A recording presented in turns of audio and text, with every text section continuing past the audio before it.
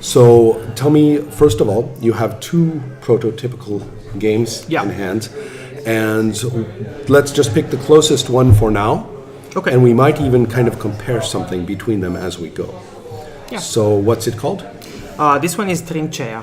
Okay. I don't know the English term for it. It's like those holes in the ground It's during the war. Same word. Ah, Trench. oh, trench. Right. Okay. Now, the first thing I want to ask is if we look across the pieces of a game and all of the things that are established to play with and to imagine, some of them are fixed for a game.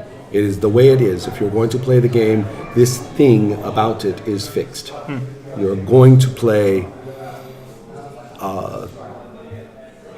It could be situations, or it could be features of the characters, or anything like that. Yeah. So in this game, what are the things or thing which is fixed? It is the way it is. The theme of the game, I think it's quite fixed, and I think the cards, But what the is inputs from the cards is quite. right? Oh, excellent. So a feature of the resolutions. Yeah. But I am thinking too of what about the imagined things? Okay, so The things that there's are- a group of soldiers, and they are sharing with each other hopes for the future, and this will.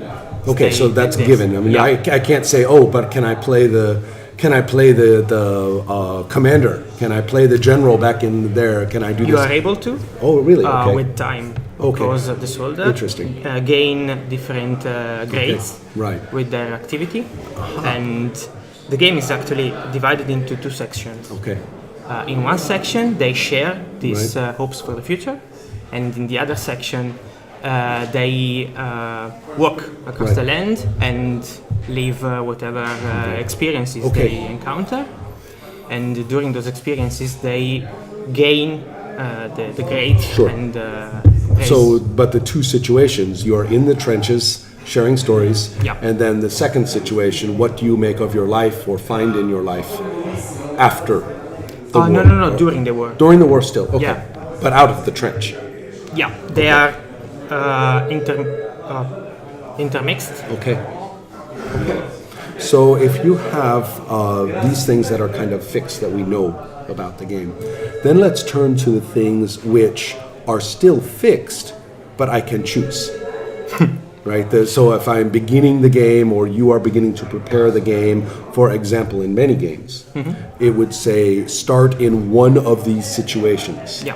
Or in another game, it says you can play an adventurer, that's fixed, but choose which kind of adventurer.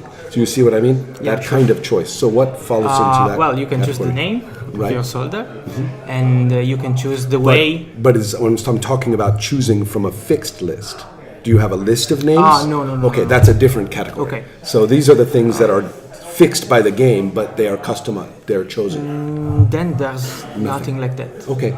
So then the next thing are anything that you arrive at kind of randomly, or that you don't choose but is still there to be determined. Like in some game, how strong you are. You're going to be strong in some way. You don't know how much, this much. Is there anything like that? Yeah, that would be the cards. Okay. And those are cards of situations of play, though? Or are they Yeah. cards about the starting situation? They both? are about the whole game. Okay. Okay. So it's not the starting situation. Okay, so excellent. Those are great answers, but you see how I'm kind of structuring, Yeah. the game in my head in this way. So then the last part are the things that are pretty obvious. Well, they're not quite the same. One is, what do we have to make up? There's no list, but we have to make it up. A name, for example? Yeah, the names for the soldiers and the way they come to be in the army. Aha, excellent. Okay. And then finally, things that are not required to be made up, but probably people or some people are going to make them up. That will be all the story of sorry, it's in the previous category. Right. This, Okay. This stuff. Also, the place their heart will rest when they die. Okay. This is something you have to Make up. it up. Yes. And obviously the story of the soldiers. Yeah, sure. Okay, so I have a couple of other just thoughts, just things that make me interested. First of all, there is an old cartoon from World War II. And it was done by a cartoonist who was in the army, and he wrote for a newspaper which at that time was published by the soldiers themselves, for the soldiers themselves. Now it has been incorporated by the military, but at the time it was like the people's newspaper of the American Army. And it was called Stars and Stripes. And he wrote cartoons, therefore, that were often very critical of the U.S. or of the situations that they were in, or at least very honest about what it was like. And you may be interested to know that he was stationed in the occupation of Italy. So it's completely set in the rural areas of Italy and the towns and places like that after the Americans had arrived and established political control. So these are just two of the guys who, are over there, being told what to do and things like that. And their names were Willie and Joe. And although there is no official connection, the original character of G.I. Joe is clearly stolen or taken or adopted from that cartoon. But this is not the G.I. Joe later who is this patriotic agent. This is just this guy. And he has a beard because he hasn't shaved. And he is tired. And he hates, he knows he's stealing chickens and things from the local people. They're hooligans. They don't behave well at all. They make their own booze and drink it and get into trouble. But they also do their job. And it's really a great, great cartoon. The military hated it. But it was so popular, they had to give him a medal. And he saw a lot of combat too. So it's very, very honest cartoon. I'm beginning, and then when he came home, because he was famous after the war, he got a job doing cartooning for big magazines. But he did the same thing. What was it like to be a veteran coming home from the war to discover that your wife is pregnant? To discover that you can get a really cheap job, you can get a crappy job, and that the parade lasted one day. And this was also not a popular thing to be cartooning about at that time. So he had a very tough time after the war. So you can get collections of the cartoons. What is his name? His name is Bill Malden. And I will give you all the information because this is a beautiful piece of honest American popular culture, that has been lost. Because, everybody knows G.I. Joe from the 80s when you have these cartoons and agents fighting bad guys and things for the American way. It's completely a different thing. So anyway, I wanted to tell you about that because I think you would love it. And I'm not saying it needs to affect the game, but it's nice to know someone else was thinking along the same thinking, and it dramatizes. I mean, what you were describing in some ways, I was thinking, wow, this is like the Willie and Joe, So that's one thing. And another thing is to ask, what kind of play structure are we talking about in terms of time? Real world time. It should be about 2 hours. So this is a sit down, we do it, we did it experience. Okay. And no preparation required. Right. So it's just get on the table and play. And this is the whole set of cards? For now, yeah. Yeah, for now, perfect. So that means if we can just sit down at the table and play, and there's no preparation, and if it's that base, that makes that's what you just said. Yeah, it's perfect. Let's do it. You get. Yeah, I've got some note paper here, and my pen, and we are not going to play full Yeah, sure. 2 hours, but I would like to just feel it, you know? Yeah. You get 5 cards in front of each of the players. Yes, oh, okay. So I can read yours and you can read mine, Yeah. okay. And usually it's not for 2 players, it's for more. So we would have a bunch of people, Yeah. okay. So you can quite understand why the cards are not enough to play. But right now, Yeah. they're fine, okay. And we need to write on a piece of paper the name and the place where our soldier will, where the heart of our soldier will rest Right, when they're dead, or Right. when they're back home, or. when you say the place, I've realized I forgot to mention that. The precise location of the trench, that is... No, it's not a physical place. It should be an emotion or I understand a that. feeling. Yes. So do we ever specify what war, or do we ever specify... No. Oh, that is left completely abstract. Yeah. I see the point, first of all. I think... I have an interpretation of that point, which everybody will have their own interpretation. But I like it. That's very unusual to say, we are going to play a game about soldiers, and the first thing, like me, the first thing, or among the first things people will ask is, what war? And you are saying, no, war. That's where it is. Okay. Obviously, the inspiration for me was a movie about First World War. Yes. But it doesn't have to be that one. Okay. Since I'm looking at these and I see le bomba, il cielo stellato, fango e a word in Italian I cannot possibly say, l'acqua, and un distruttore. Yeah. Some of these is easy for me to translate, some of them are not. But they are clearly, I mean, we have alcohol, we have a bomb, Yeah. the starry sky. Yeah. Yes, okay. So some look very kind of dangerous and dramatic, and some of them are more atmospheric. Yeah. Right, okay. These are to be used in play, is that correct? Yeah. Okay. So if I make up my soldier and I talk about where his heart will rest, and you do the same, let's proceed relatively quickly now into, in fact, you know what, I'm going to do it, okay? I'm going to say that my soldier is Khalil, and that his heart will rest in his family's lost home. They don't have their home, That's but he perfect. wants his heart to rest with that lost home. Okay. Okay. One other thing we need to decide right now is how Khalil and my soldier came to be in the army. So the moment he actually enlisted, it could be forced, it could be voluntary. I think it is a mix of forced and voluntary, because this is what it's almost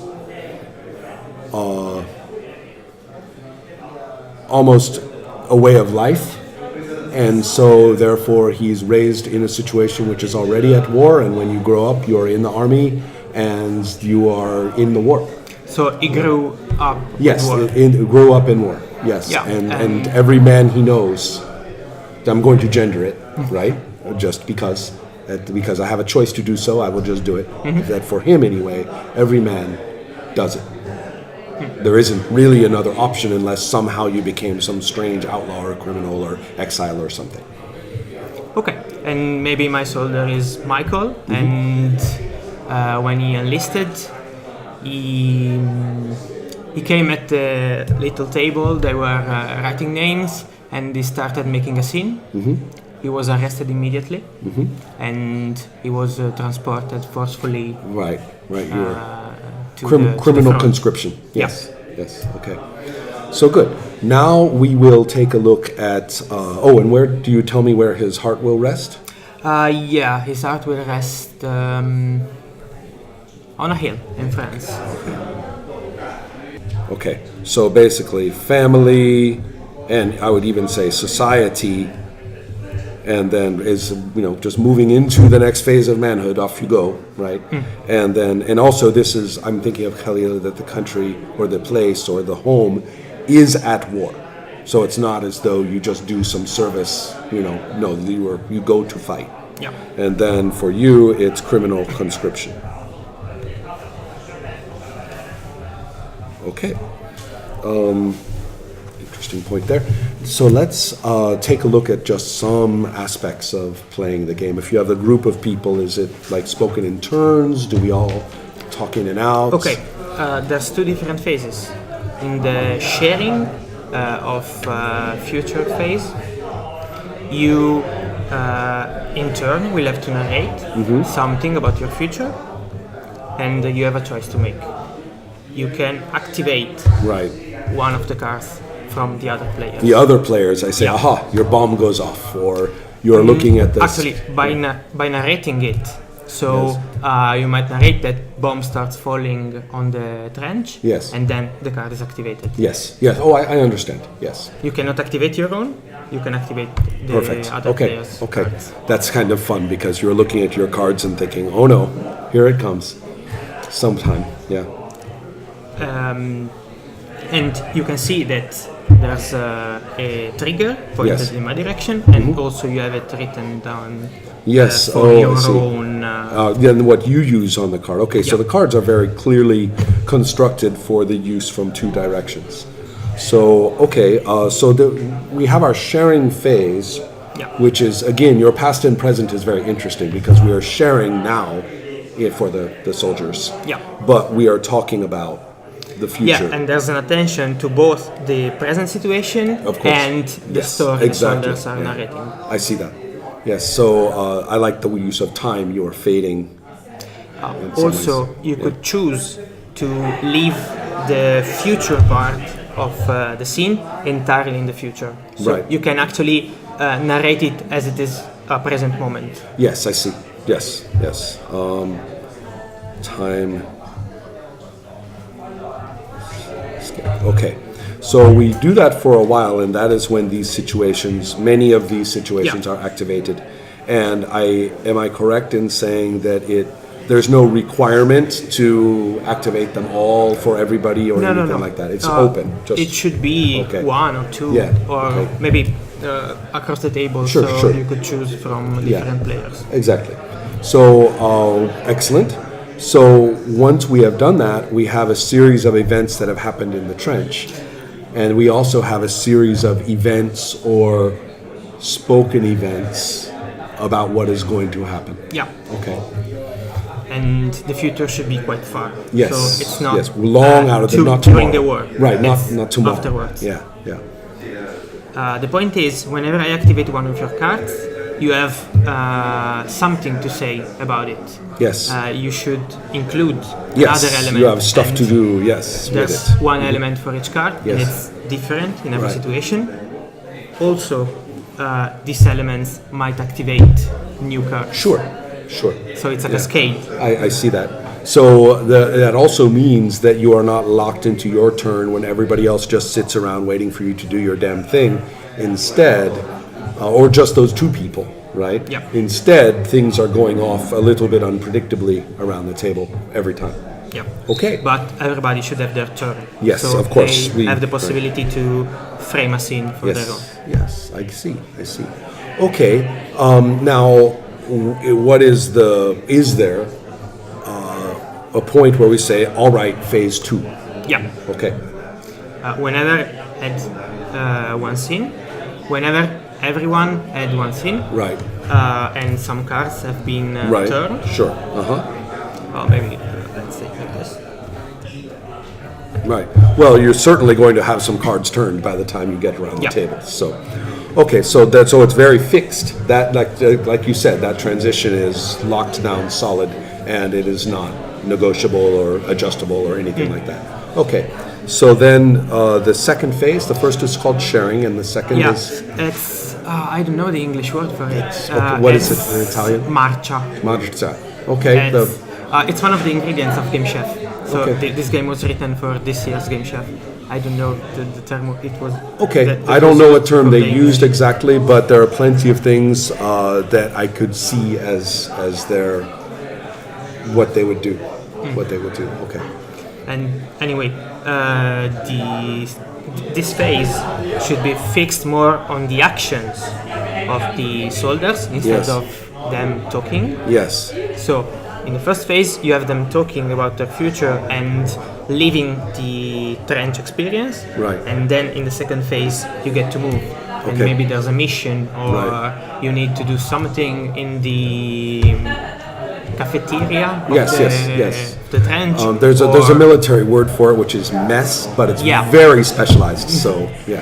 Yeah, I didn't remember the It's word. okay. It's military jargon. It's not no one else. You don't use it any other way. So, but during this time with the actions and the dispersal of the characters into a larger landscape, I think, if I am right, they're kind of physically out of the trench. They are out there. They could. They could it, be. It could Okay. also happen in the trench. Oh, it can. Okay. Or okay. between two trenches with see, the right, enemy right. on the other side. And so then in these actions, okay, I know that you could explain it to me and I wouldn't just be pestering you, but I'm just asking the questions that I think I need the most. So in this case, are the cards in play still? Yeah, Okay. they're always in play. Okay. But they are used a little differently. Of course. And now I'm going to explain to you. For once, there's one player that has another card. I haven't it here.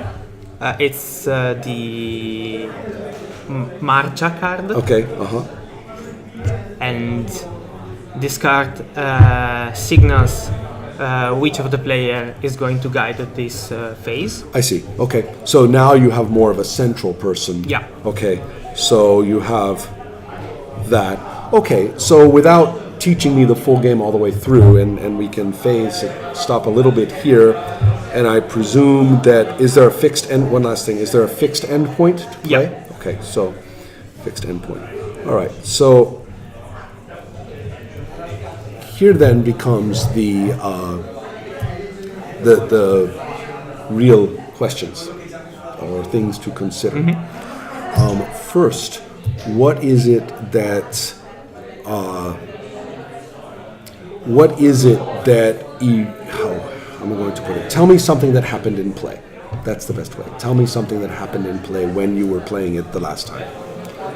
Okay, then an attack was ordered, and we needed to go from our trench to the enemy trench and kill as many people as we could. Assault. Yeah. Yes. Okay, and so when I say what happens, what was the result of that this was during the march phase? Yeah. Okay, and so the results of that was resolved in what way? What do you mean? How do we know what happened during the assault? Everybody gets to narrate Right? Yes. what their soldier do, and you don't have to roll dice. It's just Okay, you talk we it are, out. You talk it through. yeah. Okay, so good. Go on. The only point is that during this phase we can complete our tasks. Right. Right. Oh, completing tasks. Okay. Okay. That's the information But, you need for this phase is right Yeah. here. Okay. It's tasks for us, Yes. not for right. the I see. soldiers. That's why it's oriented this way, but it's a player task. Yeah. Okay. Okay. So I can see all the principles that you have carefully put into place for the structure, and so the next question is perhaps a little bit more ideological, which is what are you going to what is the opening phrase that you might say, because there are lots and lots of games that have soldiers at war in a little group, and many movies and many things like that. Most of them have a little problem, because if you're not actually sitting in it, but you are watching it, reading it, playing a game about it, it is unfortunately for almost everybody kind of cool. And so there's a famous quote that I'm not saying is absolutely true, but it needs to be thought about, which is that you cannot make an anti-war film because the audience is enjoying the war too much. And so, from Francois Truffaut. So yes, we could argue about that all we want, but it's an interesting thought. And it's clear that it does apply a lot of the time. Sure. So in this case, and also to recognize that today, and speaking directly of the audience that you would initially approach with the game, we have a fascinating relationship with war that is neither in nor out for the average person. We live in a war economy.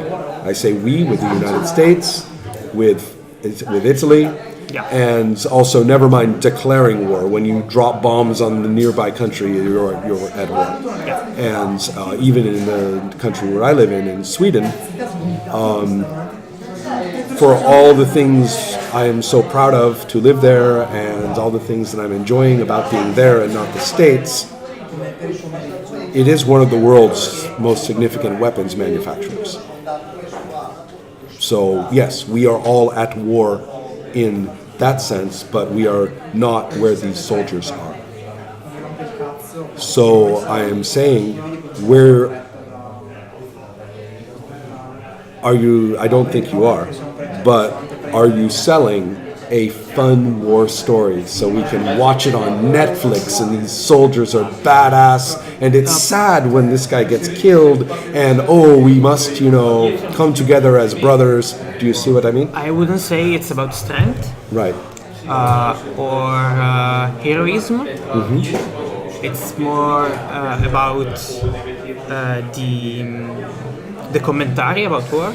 So I want to give them a tool to comment about what war would be like, or how they feel it would be like, and also to use it to comment on the present. That's what I am thinking, yes. And I keep going, so yes. It's not about war per se. It's I use the term magical realism. Yes, perfect. I get it. I get it. Yes. And it's all about that. One of the main inspirations for the game was Atlanta, the TV series. I don't know if you. No. But okay, so excellent. I think that this is so well developed, and you have very clear on it, and you have played it now several times, at least, maybe many times. No, I would like to have it played more, but... Well, because I like the sound of it very much, and the abstract nature of the war is quite fascinating. There is a contest that I ran all the way back in 2005, and it was many rounds, and I did it again some years later. And I would give terms. It was kind of like my weird little game chef, but it was much different in structure. But I did use terms, and you had to choose two terms. And one very popular combination was skull and soldier. And one of the contributions was a game that surprised everybody because it refused to set the setting of the war that the soldier was in. And so I'd never seen that before then, and I have not seen it since. So therefore I'm like, ooh, somebody else, is doing this. And so I don't know what to ask you except to try to draw out of you what are your fears or uncertainties, if any, or is your wrath ready? You are ready to go. You have your flaming sword, and you are ready to get this thing done. My fear is that the cards like this are not enough to support play. Because from what have been said, it's not my fear. Because I like this system, but I've come to think that it might not be enough. But that is because somebody said that to you. Yeah. Okay. Now I know what I can actually make this time worth your while. So far, it has all been worth my while because I have learned about a game that really interests me. But it's not worth it to you. Who cares? You're right? What's worth it to you? I hope this part is worth it to you, which is this. Forget them. Whoever said it. What you need to know from playtests is just what happened and what they did with the instruments. What happened in the fiction, how it played out, did they finish, did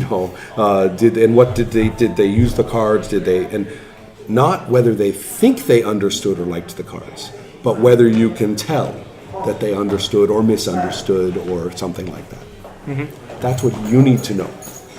All the processing of whether it's enough or not, that's your observation based on those things, their opinion, their suggestions.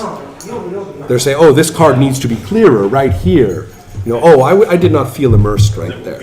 We need a die. You should roll a die right there.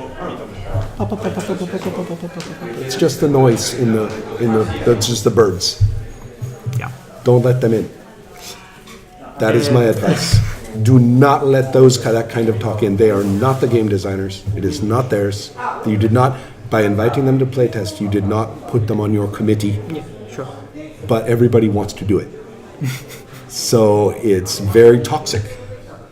And I have seen many games get this far and then scatter into a whole bunch of ways to try to please what everybody said. And all I can say is that your vision of the game is so strong. Believe in it. Mm-hmm. And only when your own observations kind of strike you in the head and say, oh, that didn't work. And then sometimes something you really love does have to be changed. But it's only your judgment can do that. Does that make any sense at all? Yeah. Yeah. Let me try to explain this. I don't know if I don't know if it's the inputs or the cards per se are enough to convey to drive home the magical realism part of the game. I think that you will only see that in action when you do your observations, when maybe you would say, well, maybe I can solve that simply by saying the right thing first. Maybe it's an easy fix. Just say, it's guaranteed whenever anyone starts the game, you say something to remind everybody that that's kind of what we are doing. Maybe that will be enough. Maybe also the degree to which a given group does that, by definition, is going to be different. It's going to vary. And that's good, right? I mean, especially with magical realism, it's something that you only do when it kind of creeps in, almost when you don't realize it. My game, Shahida, which is notable for it's kind of the opposite, for its historical, this is history, you are stuck in it, there's, too bad. Yeah. It is, it also, because it is based on the literature of the war, it also encourages magical realism in one or two small mechanics where it is invoked. And I found it kind of interesting that people sometimes were a little shocked. They say, well, how can I get you? So miraculously, you are saved from this situation. How? And they say, well, how could that be? And it could be, I tried to describe a situation like, well, the character closes her eyes, giving it all up. I'm ready. I can't fight. I know they're going to shoot me. I close my eyes. And when I opened them, everybody was gone. I have no idea how that happened. The world is a slightly more magical place, or was for a moment. What happened? I don't know. That's why it's called magical realism. And so is that the kind of thing we are talking about a little bit? Right. Well, people either get it or they don't. And if they don't, they will talk themselves out of it and argue or just completely fail to see the option. And there's nothing you can do. The only thing you can hope for is that anybody at the table does breathe it in and do it here and there as it strikes them. And that when they do it, maybe one or two other people at the table will kind of get it and start to do it too. That's as far as the hopes go. If you say this game has magical realism in it, roll on the magical realism table. Right, exactly. No, that's not going to happen. So either it is there as an available feature for the humans to use, or whatever you try to do to make it happen. Like, oh, you get, you get to replace a card if you do magical realism or any shit like that. False reward, It will only damage the play. So I actually would have some faith in the possibility of humans doing that, but that leaves it to the presentation of the game to make it so inspiring and make somebody who reads this not only want to do it, but to demonstrate it in play and to point to, oh, by the way, everybody, this is like the most important part right here when we start. I will open, what's the game about? Oh, okay, it's like this. They're going to say that part. So it's your job in presentation to nail that. Yeah, when I describe the theme of the game, I always describe it as a game about war, about soldiers sharing their hopes through the lens of magical realism. There you go. So this is the elevator pitch. Perfect, yes. And I think that now as an abstract elevator pitch, that is excellent. Somehow putting it in your own words, almost often just out of play, in your experience of it is the opening. Mm-hmm. And so then a person connects with you as a human actually experiencing it from play. So there's no way you can get it wrong in the presentation that way. So really, I think I would be inclined at this stage to play the hell out of it. You are in the perfect transition from structural design to presentation design. Your manuscript, maybe I'm wrong, but in practice, your manuscript has been getting the rules, in what the hell am I doing? What are we doing? Does this, I think it's going to do like this. And so you do that. And you're at a point now where you can start saying, okay, I'm no longer building, although I can still keep, fixing this or that, but I'm no longer building. Now I have to switch. I'm a completely different person. You have to completely switch yourself cognitively and say, now I am a teacher.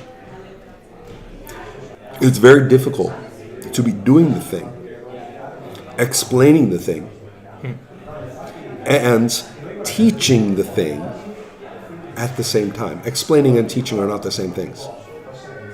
Those three things. And how many times have you been a person at the table trying to do all three at once? It's madness. Madness. Throw out two of them right now and say, now I am teaching. I am only teaching. I'm not even explaining. I'm only teaching. What would I do? What would I say? What order would we do? Would I go back and forth between instruction and do?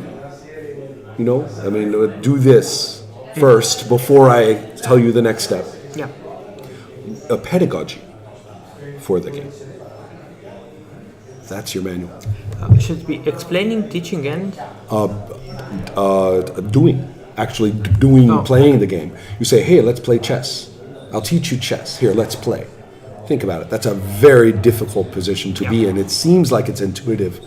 You cannot. I was a science teacher for a university, science professor for 14 years and teaching for 25 years in university in science. Mm-hmm. You do not, to try to teach people to explain science, to do science, and to teach it are very, very different tasks, and most scientific laboratory classes fail in their goal because they are trying to they get the proportions wrong. And so, or maybe they forget that maybe learning what it is comes later. If you're doing, you do, then you reflect about it later and then you learn.